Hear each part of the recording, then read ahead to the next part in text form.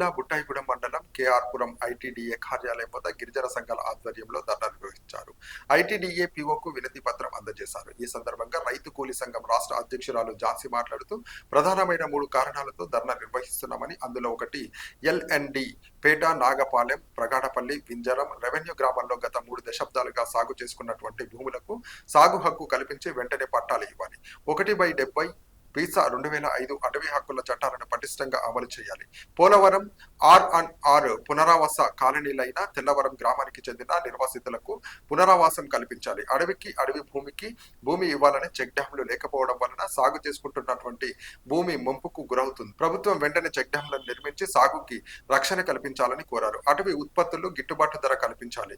GO number 3లో ఉన్నటువంటి గిరిజనులకు ఉద్యోగాలను కల్పించాలని డిమాండ్ చేశారు. మన దేశంలో వ్యవసాయాన్ని బాగా మేము అభివృద్ధి చేస్తాం, బ్రహ్మాండంగా మేము నడిపేస్తాం.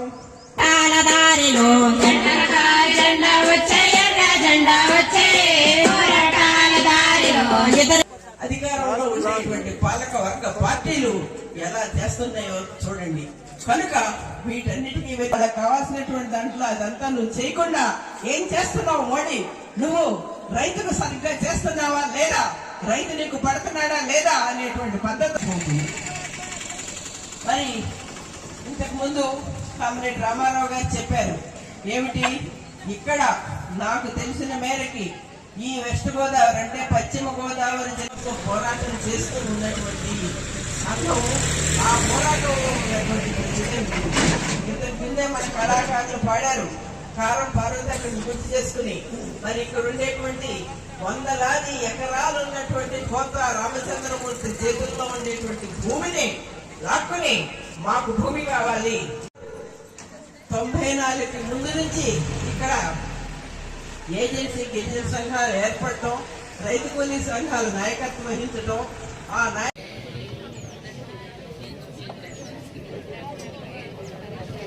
Okay sir, thank you sir.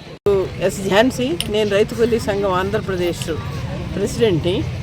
ఇక్కడ మేము ఈరోజు ఏజెన్సీ గిరిజన సంఘంగా, రైతు కూలీ సంఘం ఆంధ్రప్రదేశ్గా ఇక్కడ ఉండేటువంటి గత 3 దశాబ్దాల నుంచి ప్రజలు ఎదుర్కొంటున్నటువంటి భూమి సమస్య, సాగు సమస్య, అనేక సమస్యల మీద ఈరోజు ఇక్కడ వందలాది మంది గిరిజనులతోటి సుమారు 40-50 గ్రామాల్లో వచ్చినటువంటి వాళ్ళందరితోటి మేము ఇక్కడ ధర్నా చేస్తున్నాం. మా ప్రధానమైనటువంటి డిమాండ్స్ 3-4 ఉన్నాయి. ఇంకా అనేక డిమాండ్స్ ఇందులో ఉన్నా ముఖ్యమైనటువంటి చెప్పాలంటే